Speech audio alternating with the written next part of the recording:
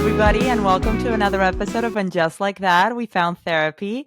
Today, we're discussing Season 1, Episode 11 of Sex and the City, called The Drought. And for this episode, I have Erica Lemke, who is based in Utah, has over 15 years experience in relationships and sex. And I'm very happy to have you on for this one. How are you, Erica? I'm fabulous. Good morning for me and good afternoon for you. Um, Erica also wrote a book called Feel Sexy Again that I read when we met or after we met, and I highly recommend it. I think it goes very well also with the subject of this episode. In this episode, I think the main theme is the different storylines on how the girls need to adjust to their sex around their relationship. So Carrie is going strong with Mr. Big. Charlotte is dating somebody new who apparently is on Prozac and can't get it up. And Samantha meets this yogi that is celibate. She tries that out. And Miranda, poor thing, she's in a drought and not by her own choosing. So I'm gonna go a bit through the episode and I'll prompt some questions for you, Erica. I love the beginning of this episode because I think in this episode we see Carrie so blissfully happy with Mr. Big. They seem to have fallen into a very intimate routine where they're like together in bed, reading, eating, being very adorable. And then at one point, Carrie and Mr. Big is the morning after, and Carrie farts and she is mortified. And Mr. Big laughs about it, and Carrie can just not look him in the eye. She needs to get out of there as soon as possible. And Mr. Big is like, whoa, whoa, whoa, where are you going? Did you not want a coffee? And Carrie is just like, no, I'm late for something. And like, she gets out of the place and she's just like, no, no, no, no, no, no, no, no. What do you think about this? What do you think about women that pretend not to be human and to be perfect all the time? Because eventually that facade is going to come down. How would you talk to Carrie about facing this? Well, all I can say is I would be exhausted if I were having to try and be someone I was not. And True.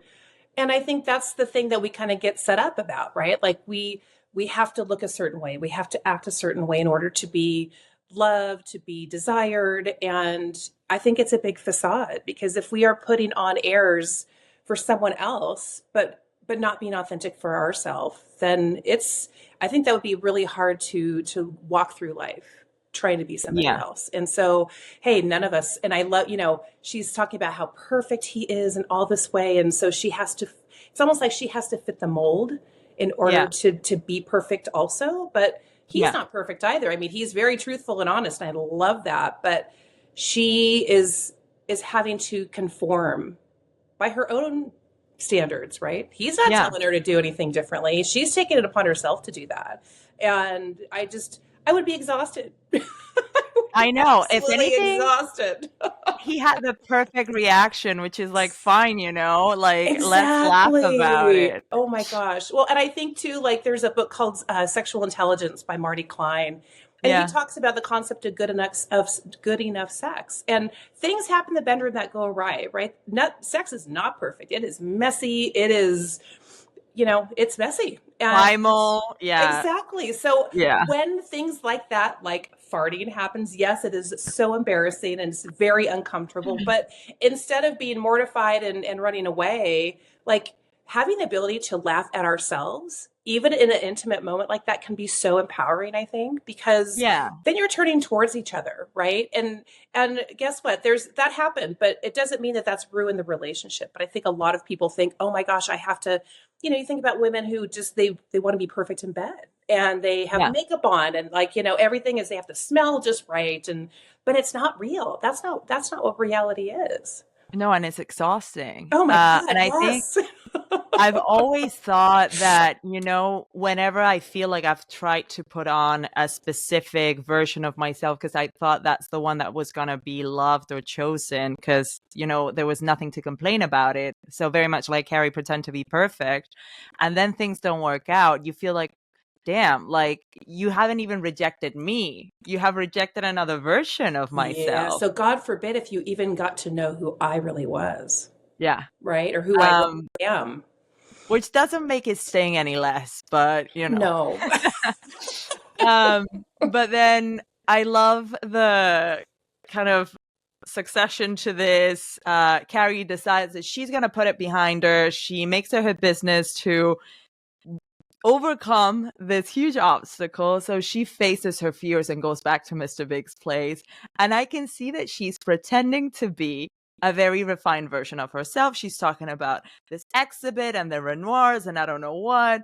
And Mr. Big plays a practical joke on her, but placing a fart pillow Or on we call it a whoopee cushion. Yeah. whoop. Yeah, that makes more sense. I think I translated it verbatim. Um, but then I think, you know, they laugh about it, but Carrie's still very much in her head.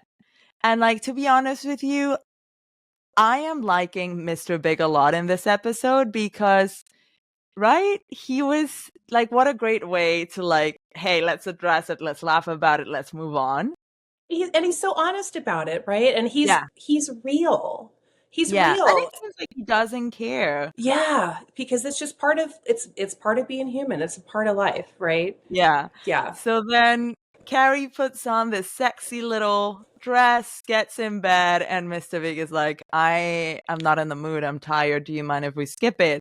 And boom, the paranoia begins.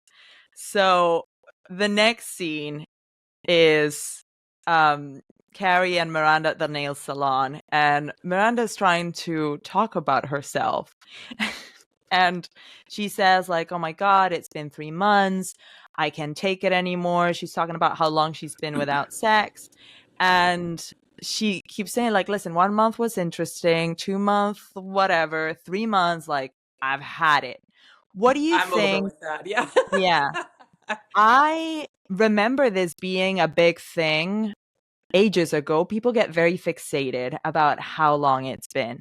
What do you think about that? Do you think it matters? Do you think something happens to us, to our libido, to our, I don't know, our relationship with our body when too much time passes by? And my other question is, what do you think about people fixating on how long it's been? Well, and I think it's different in context whether you're single or not, right? So True. she's right now, she's single, right? So she's just in that dry spell. She just can't meet anybody at that moment, right?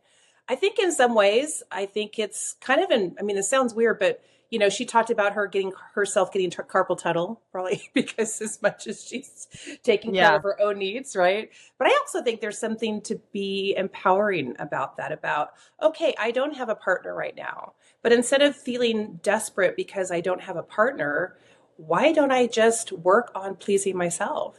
And I think Yeah. we don't. So it's almost like, for me, it's like a mindset shift, like taking the time to like really work on our own self pleasure. And I think the more we can do that, whether we're in a relationship or not, I mean, if we know our bodies so intimately and so well that when we do get out of that dry spell and we find that person, that there's so much more accessible that we have about our own bodies that we can express to others.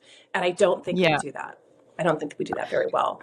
So I think from that, I'm getting that probably instead of being less in tune with our bodies, if you go through a dry spell, you're saying that it can be an opportunity for you to become more attuned To to maybe, yourself, yeah, to to your your own physical, yeah, sensuality, to your own yeah, eroticism, right? Like, I mean, it sounds really corny, but like making love to ourselves and like incorporating all of the sensual elements of life, I think can be so beautiful. But I think most people aren't focused on that. They're focused on I need a man, I need a body, I need someone to yeah, be in context with me. But I don't think we realize that, we have access to a lot of things solo. And yeah. and why not have some pleasure and work on that in the meantime when maybe there's no one around to help you out with that.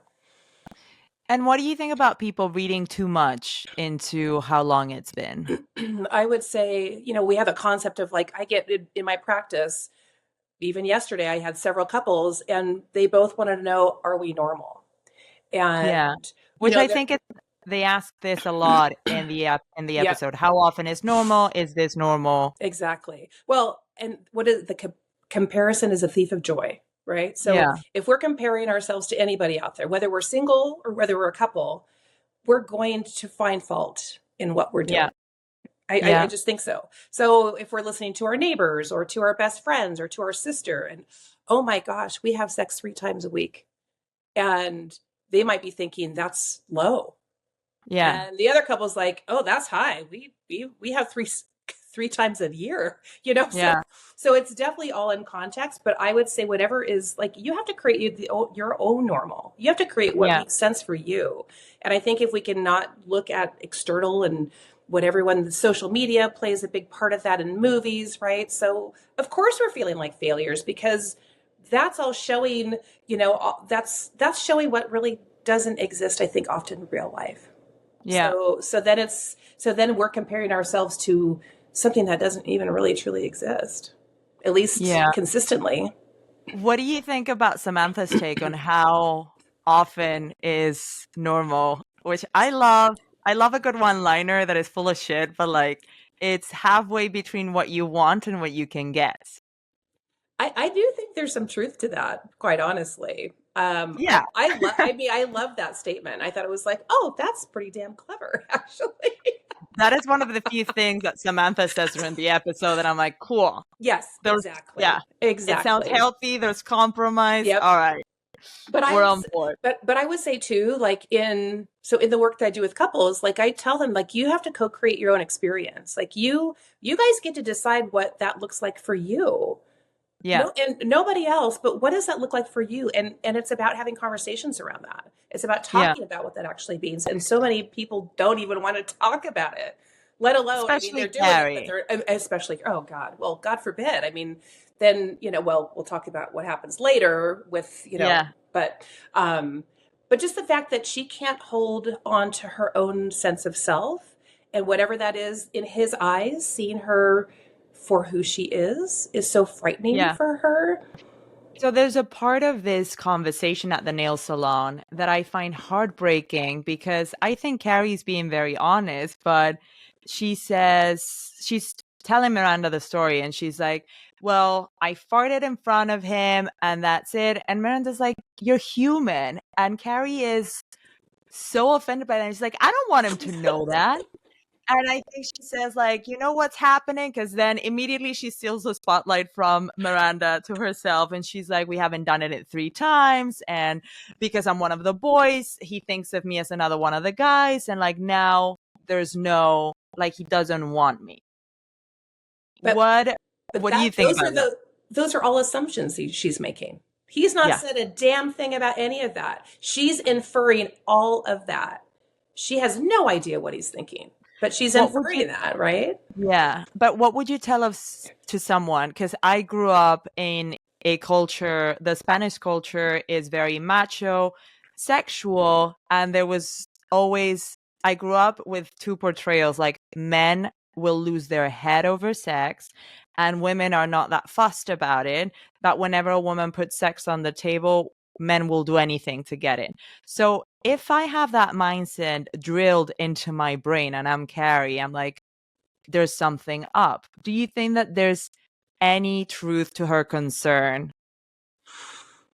Well, it is her truth because Yeah. that's what she's made it, right? Yeah. So if she wants to delve into figuring out, like, is this true for myself? Like, because I think about her insecurity. She's so grossly insecure. Yeah. And so how do you tackle that? It's like unraveling that and going back to her sense of self and almost taking that apart and looking at her as an individual aside from, put Mr. Big over here for a minute. But what does she need to do for herself to feel a sense of comfort and security with herself? So I feel like there's some deep work that Carrie could be doing on herself to really be able to just empower herself to be confident in who she is in her own skin, faults and all. But Yeah. that's a process. That ain't going to happen overnight for sure. No, But it's it's just, talking about talking through that, because I imagine even to say you must be exhausted having to almost live a double life, yeah. right? And she talks about it. So Mm-hmm. then the paranoia parade continues, and then Carrie goes to yoga with Sam just to talk about this. And this scene is very, very funny. It's the one where Sam says what normal is, but then she starts dishing very bad advice, which is like, "Oh, honey, that is definitely not good. How dare you fart? Like, men don't like their women to be human. We don't use tampons. We don't grow hair. We don't use the bathroom." And she says that sex is the barometer to how healthy a relationship is. So, what do you think about all that Sam said? Well, I'm going to say, so the first part of it, I honestly think it's quite insulting Yeah, to say that, like, and insulting not to us but to men as well. Like, is that how you portray men, that that's what they want out of a woman? very interesting. Yeah, I had never thought about that. Yeah. Because that's what But I actually what because I watched it with my boyfriend last night, and he stopped it and said, "I am so insulted." I'm like, "Let's talk about that. What does that mean?" think a good one then. Right?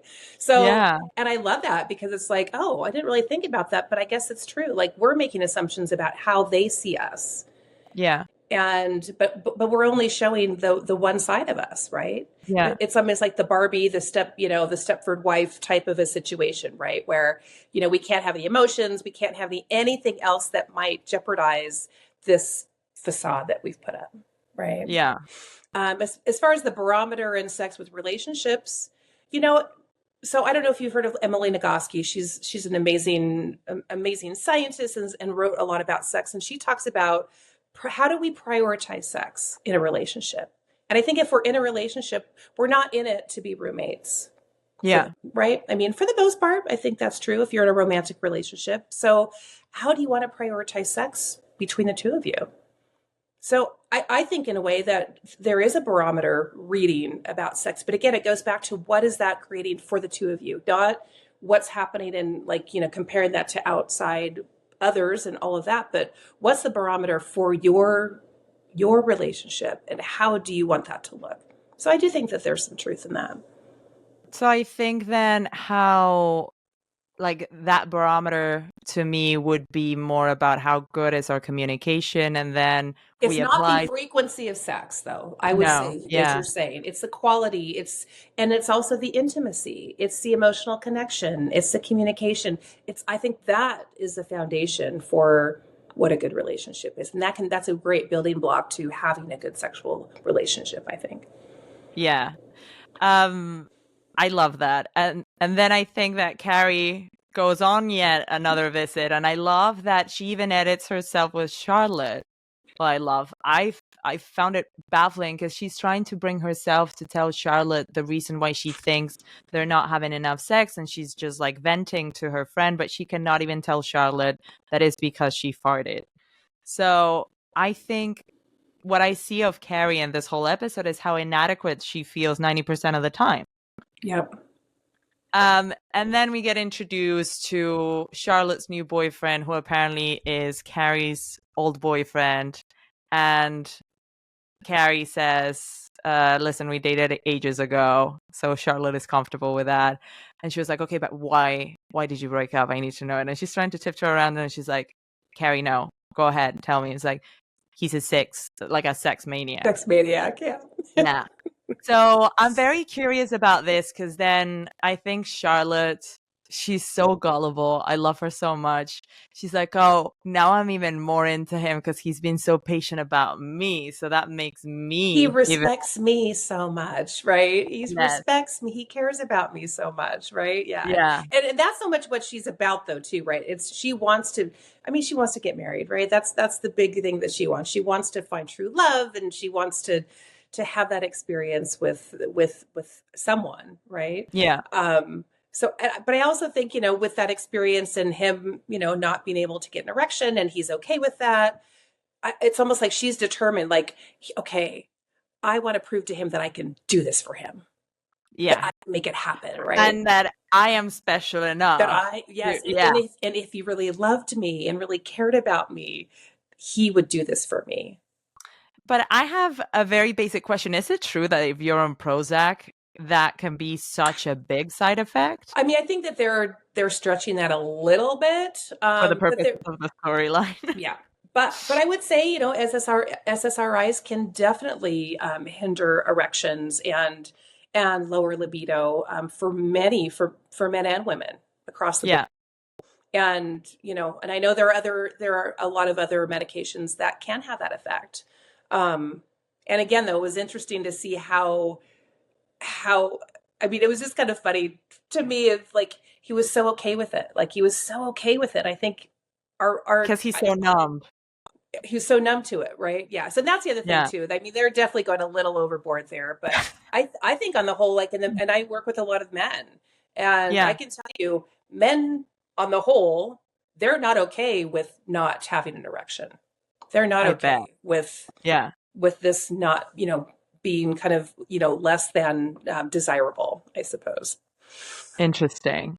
Okay. And then I think the next scene is Carrie being at home and she's just chilling, and then she looks over to her front door or front neighbors and she sees basically a porno movie.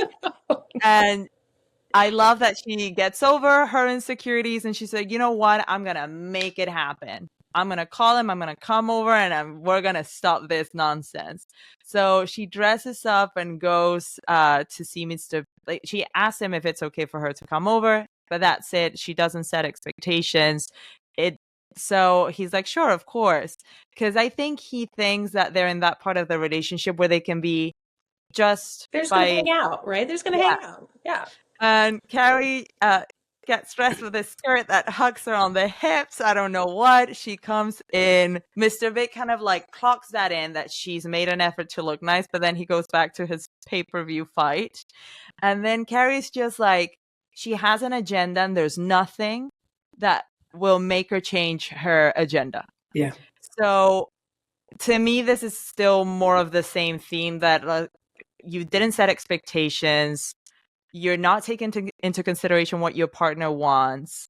What do you think of this scene? Because I felt like they could have met halfway. Like Mr. Big was also kind of like, moving her head. Like it was very awkward to watch. It was awkward to watch, but I mean, I'm also thinking like, he didn't have, like you said, setting expectations. He didn't have any knowledge that she was coming over for a booty call. None, Yeah. right? And yes, Yeah. she could look hot and sexy and whatever, but he was in the mode. He was watching the fight, right? And that in that moment, that's where he was. His attention wasn't, desire for her or any of that. And the focus was on this game. So the fight. So I appreciated, though, even though it was uncomfortable to watch, that it's okay to not be able to be receptive in that moment when you're kind of getting ambushed when it comes to sex. Yeah. Because think about it on the other side. I was thinking if somebody came, if the roles were reversed, and then we have to talk about consent and all of these other things, right? And so, true.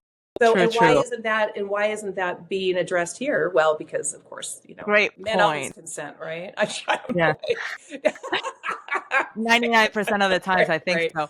But the only iteration of the other side of the story was if I were watching The Real Housewives of something and I could not pause it, I'd be like, shut the fuck up and like sit down. I don't know what happened. What are they fighting about now? So, right. But you're right. You're absolutely right about consent too. Well, Interesting. and then her expectation, and then again, that she felt rejected again, right? And here I am putting myself out here and he's rejecting me again. Like it's over, right? Like, right. And I even think she said it's over. Again, that goes back to her, like just gross insecurity, not reading the room, girl, like not at all. And, she just gets herself again in a tizzy for really no reason, because I think that she just overstepped her boundary, and it's about boundaries also. Yeah. And I think she steps over them frequently. Yeah. My question about this was because she leaves and she says, I waited the mandatory 10 seconds. He's coming after me. And then by the Oh, time I that's got home, right. He didn't I call thought her. for Yeah. sure that there would be a message in my machine. Hmm. And As the an past, apology, right? yeah, She wanted him to apologize to her. yes. Why? Why the fuck would he need to apologize to her? I think because that's what we've been raised. Like, and we have been echoing this image of like, if a man wants you, he'll make it happen. If a man knows he's done wrong and he really likes you, he'll make, like, it's always on their responsibility basket to Sure. fix it and chase and But I do. don't think he didn't do anything wrong. No, if anything, he's very mature this whole Oh, episode. very Very well mature, very adjusted. honest, very straightforward. I mean, he's not playing any games. No. He's not playing any games, and I think she is, but she doesn't So know it. what would you tell somebody maybe that has like the way they think a relationship is supposed to go and the way they think that a man should want them, adjusting those expectations without feeling rejected? Is there Yeah. any piece of advice that you think might be handy? Well, I think too is like you have to look at yourself. And I mean, think about the self judgment and the self criticism that's already there, that's Yeah. already part of the package. How do we try and remove that to then, because then we're thinking externally like others are judging us, others are criticizing us. But that's our Yeah. own head. We're conjuring that up for ourselves. So in my mind, I would think I'd be very honest with my client and say, is this really true? Like, let's talk about the truth of this and give me examples of where you think that this is actually true and really go down the line of like, I think that how we see the world is not exactly how the world is, but this is our Of own course. truth and our own experience, right? But there are other ways of being, and it's not necessarily our way or the highway, right? It's getting new language and getting new information about what's possible. Yeah. And I think there's a saying, or somebody said that we are our own worst narrators of our own experience. So, and we can see With that by the way. Without a doubt. Yeah. Okay. So then this ebbs or goes into a part of the episode that makes me very happy because you see the girls bonding and like they're all hanging out at Carrie's. And I love to also watch this show for their friendship. Yeah. So at the beginning, I think Miranda walks in and she's like 3 months and 5 days or something like Right. that. And Carrie just like goes back to herself and she's like, well, still hasn't called. It's been 2 days. It's over. It's over. And what do you think about like I sometimes do that too, that I'm like something goes a bit wrong at the beginning. I'm like, it's over. I messed it up. The stakes were high. I took a bet. I lost. It's over. Would you I do the think a lot of same it is just our own exercise? emotions, right? Like we're Yeah. we're in that emotional state. We're not thinking clearly.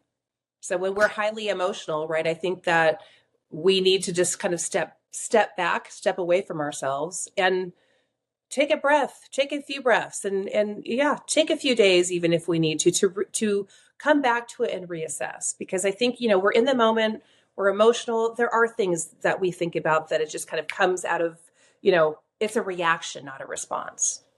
Yeah. So when we're reacting, it's just immediate, right? And we're not thinking about it. But if we're responding to something, we're actually taking the time to really think about it, think about what we're saying and thinking and feeling. And then I think that's a different conversation, right? So I think it's just showing up and saying, okay, let's take a look at this. Would you say then it's worth maybe sitting with those feelings and chasing the bottom line rather than reaching out for reassurance because maybe it was a misunderstanding? Definitely. And I think I think we're really good at doing that reaction, having a reactionary response. And the only way we're going to get better is to really, like you said, to sit with it and understand, oh, I was overreacting. Like this is like now in hindsight, like actually that was really stupid of me. Like I should have taken some more time to really process my feelings before I took action. Okay. And then, I love the relationship that Carrie and Miranda has because as harsh as Miranda can be, I think Carrie is the most honest with her, and they're having this conversation, and Miranda's just like, why are you being so hard on yourself? Why is it so hard for you to admit that you're human and he likes you for who you are? And then Carrie says this thing, she's like, you don't understand. He's perfect with his perfect apartment and his perfect bathrobes. And I feel like I'm together, Carrie. I'm not Carrie. And Miranda says, well, why don't you let him see this Carrie? She's pretty great. And Carrie is so scared that he won't like that she'd rather keep on pretending to be somebody else just so that she won't lose him. How often do you think that people do that? How unhealthy is it? And what would you say to somebody that's maybe in that position? I think people do it all the time. And it's sad, quite honestly. And I see it frequently. And I think it's really sad because people just really, they don't trust themselves. They don't trust Yeah. their own innate, whoever they are. And I think my work with them would be, let's take a look at that. Let's take a look at that piece of it. And let's talk about what needs to be in place in order for you to start trusting yourself. Hmm. And because I think that's where so much of our insecurities lies. Like, we're so afraid that someone's going to reject us or not love us to begin with. And so we start to conform to this idealistic version that doesn't exist. Yeah. We can wear that for a little bit of time, but the mask will eventually come off. And Yeah. if we're not secure with what's underneath that, then we're not even good for, not even for anyone else, but how are we good for ourselves? Because we're not being authentic in who we truly are. Yeah. I think that's great advice, but very hard to follow, I Hard. think. Yeah. Absolutely. Oh, it totally is. But I think that's also like, that's work that if we can really acknowledge that for ourselves and do that self exploration and that reflection. I mean, yeah, there's stuff that I don't like to see, that who I am, right? But it's also a part of me. It's like I'm a whole being. I'm not just I'm not the shiny side right here. I'm also the shadow. And so how can I work with all the pieces of me to really come to understand that, like, I am a whole person and there are pieces of me that maybe I don't necessarily like, but it also makes me who I am. And how can I accept Yeah. the entirety of me instead of just putting on this little part right now? Yeah. So you think, because sometimes, there's something to be said about you not having to show up as your whole self at the beginning of dating, and you can try to keep the magic alive by being mysterious or this or that. But do you think that maybe it's worth saying that the sooner you're 100% yourself, the sooner you weed out any not good candidates, and also you'll probably be happier and less tired about having to put on a show? Well, and I think it's also kind of manipulation, quite frankly, or it can be, right? Very true. Very true. But I would say, I mean, we don't. I mean, I want to show up as my full self, and I think, I would rather people see me as I am now. Or if I'm going to hide this one really big part of myself, but I'm going to wait 6 months or a year to get to know this person, and then let them know or let them find out. Why not just put it all on the table? And I mean, it's Yeah. and by saying that too, I'm not like, oh, like I'm going to put it all out there, but just to be who you are, and with all your flaws and all the beauty and all the imperfections that we have, actually, I think makes us more perfect beings when we can sit in our imperfection and really own it. 100%. Yeah. Okay, and then I think we get to the end of the episode. The rest of the girls come over. They're all watching Mr. and Mrs. Get It On, and each one of them takes with them whatever they have from seeing those two go at it for hours. So I think Miranda goes to return or get another documentary to distract himself from the fact that she's having a drought, and she confronts this cat caller that is a worker, and she's like, oh yeah, you find me pretty, I want to get laid. And she's so aggressive about it. Then I think Charlotte is basically getting blisters all over this poor man's penis because he cannot make it happen, and he's just like, nope, it's not gonna happen. So Charlotte breaks it off, and he's like, cool, bye. Samantha is in yoga after having tried being celibate for tantric sexual purposes, whatever that was. She's just in that class being like, hey, wanna fuck, to whoever will take her. And then Carrie she's at home and she says Saturday night dinner came and went with no call from Mr. Big, but my cabinets were looking fabulous. And the doorbell rings and she opens the door and it's Mr. Big. And they have this discussion and Mr. Big is like, oh, I finally get to see where you live. Like, you have never shown me before. And I think they're talking about the flat or the apartment. But it's her. It's Carrie. Mm-hmm. And Mr. Big says, I love it. It's very you. And Carrie keeps putting it down. And she's like, no, it's a mess. I need to do this. I need to do that. I need to fix this. I need to fix that. And Mr. Big is like, no, I like it. And then he asks her, what was that about? And she kind of like doesn't really talk about it. And then they see Mr. and Mrs. get it on and they get it on again. So Carrie gets to live another day. So what do you think about this last scene? Again, we need to scold Carrie for poor communication, I guess. Oh, God. Oh, well, always poor communication and making inferences and assumptions about everything, right? And I think that's how we get ourselves stuck in that anxiety and that imperfection, is we make assumptions about what other people are thinking, right? From the get-go, she thought she knew his thoughts, right? Yeah. She didn't know what the hell he's thinking, right? But no, especially because she didn't ask. And didn't ask, and then but I almost don't know if it would have even mattered, because she already had it stuck in her head of what was what. I agree. So, but the acceptance that he showed for her, maybe there was a little bit of like, okay, maybe I can work with this. Maybe I can start to believe that this is true, that I can trust this.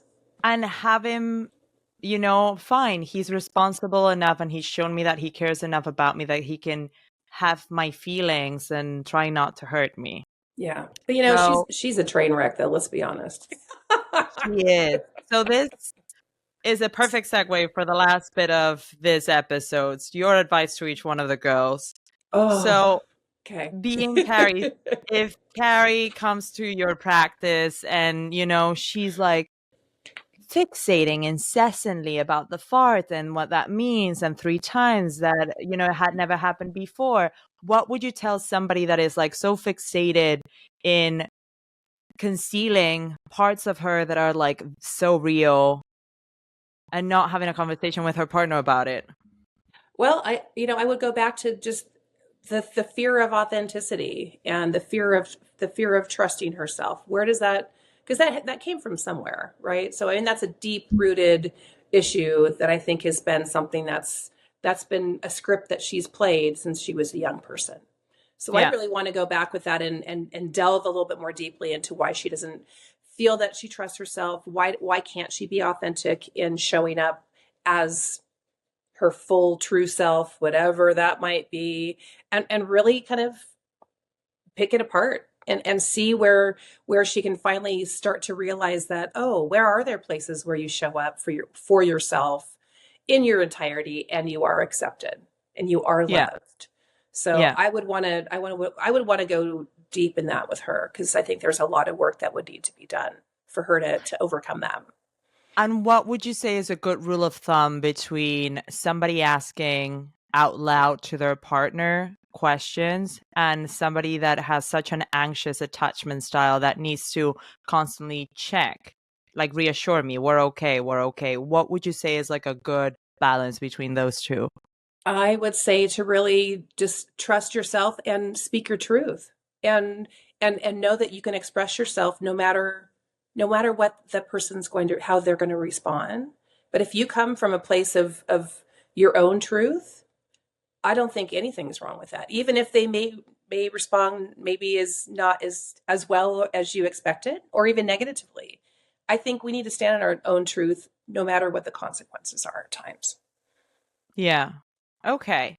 Then what about Charlotte, somebody that is dating somebody who cannot get an erection and her take it personally and navigating that, what would you tell maybe a client that is facing that? Well, I think, a lot of it was how she was showing, like she felt that it was her responsibility to almost fix him or change him, or he would do it for her because he loved her and he cared about her. But if she were just to be who she was, and she was like, yeah, this isn't working for me, Yeah. just to say, sorry, this isn't working for me, Yeah. and hit Like the in the streets, right? I mean, like, her, like, even just the last episode of her jacking him off, right? And being so like, like this is going to happen, like turning him, yeah. like trying to fix him. I think she likes to try and fix people Yeah. to fit her, to fit her own needs. Yeah. And so I would work on that and say, honey, you can't fix anybody. You got to work on yourself. Yeah. I agree. Okay, then what about Samantha? What would you say to somebody who's so sexually active trying this tantric celibacy? Be yourself, girl. Like that is not who Own you it. are. Own Yeah. it. That is you love sex. Why try and so again, she's trying to conform to someone else to be liked, to be desired, and she's not, this is not her nature. It's And not her nature. So why just say, you know what, this, yeah, I really want to be with this person, but it's not in alignment with what I value or who I am. Maybe I just need to walk away and find someone who is within that, my own boundaries. and do you think what Siddhartha, I think that was his name, said about, for me, I used to have sex all the time with so many different women that like this is what I'm choosing now. Do you think that there's something to be said about maybe having sex with many different people removes from the connection and the intimacy that it's supposed to bring? I think that's a, I'm not going to say 100% because that does work for some people, but I think for the majority of people, yes. I think Okay. that's a way to almost avoid intimacy and real true connection. Okay. And what would you tell Miranda if she came to you desperate because she cannot, like, she's given herself carpal tunnel syndrome? It's been 3 months and 5 days, and she almost took her cat collar in the street. How would you go about that? I would tell her work on your own pleasure, because then when someone does come in your life, they're going to be so incredibly happy that she has taken the time to really explore her body and really explore her own sensuality and her pleasure. And yeah, I mean, we all can have dry spells, but why don't we use that as an opportunity to go inward and learn more about ourselves? I agree. Okay, perfect. Great advice all around. Well, Erica, thank you so much for doing this with me today. It's been a lot of fun. I would love for you to tell our listeners maybe how to find you, how you work, and what areas you specialize in, if you work with men and women, all of that. Well, thank you. And again, this has been so much fun. I mean, I enjoyed watching it. It's been years and years since I've watched that. So going back to it, I was just giddy. So It thanks is for such the a good show. opportunity. Yeah, it really is. Well, I'm based in Salt Lake City. I have a private practice, so I do see people in person, but the majority of my work is online. So I work for a women's healthcare company. So I work with a lot with women from postpartum, I should say, trying to conceive all the way through menopause. And I also work with men, and probably the biggest issues I work with men are on erectile dysfunction, premature ejaculation, and delayed ejaculation. And I work with couples too, so desire differences and discrepancies in libido, and really just how to also just maximize their, if they're in a long-term relationships, how can we keep that going, keep it spicy, and not only that, but just deepening intimacy and connection with people. So people can reach me. Probably the best thing is I have a website, which is Sex Coach SLC, as in Salt Lake City.com. But then also people can reach out to me and ask anything on Erica, ERICA, at sexcoachslc.com. I'll put all that in the show notes so that Thank people you. can reach out if they want to. Erica, thank you so much. This has been so much fun, and I hope to have you on again soon. I love it. Well, thank you so much, Isabel. This was such a pleasure, and have yourself a lovely weekend. And you too. Thank you so much. Thank you.